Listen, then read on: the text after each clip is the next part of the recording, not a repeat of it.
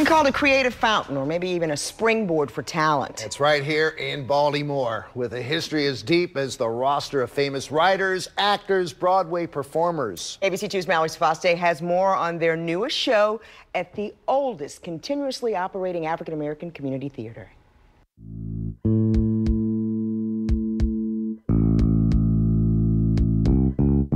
The Arena Players, 1953. The group started out of a passion for performing. They had this creative outflow, and there was nowhere they could do it. The theater's then very segregated, and the only way you would get a stage role is if you were playing a butler or a servant.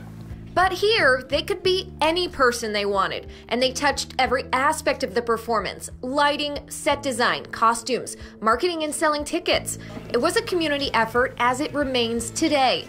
A message Donald Owens shares before every big show. It's your institution. You cannot expect someone else to save it. You cannot expect someone else to preserve it. And it's your responsibility to not ever have to say, remember when. Any forward motion, whether man or machine. Their latest work of art promises to be an epic night of entertainment, constellations and crossroads, 2 shows, 90 minutes, and a collaboration with another group. The Baltimore Rock Opera Society. We call them BROS, B-R-O-S. Let's see if we can jam it in the 7 measures that we have. Rehearsals well underway.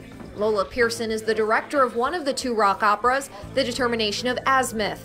It's a play chronicling the life of Katherine Johnson, who was one of the first Black female astrophysicists working for NASA. Based on a play that came before the blockbuster movie Hidden Figures. And it's her story told through her most famous paper, which is The Determination of Azimuth.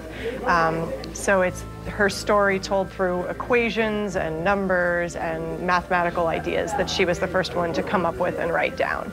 This is one of the first theaters Pearson ever saw a play in. Now she's directing in it. I feel extremely lucky to be here and to be part of it, and also very nervous. She has a deep respect for the theater and the people who have come before her.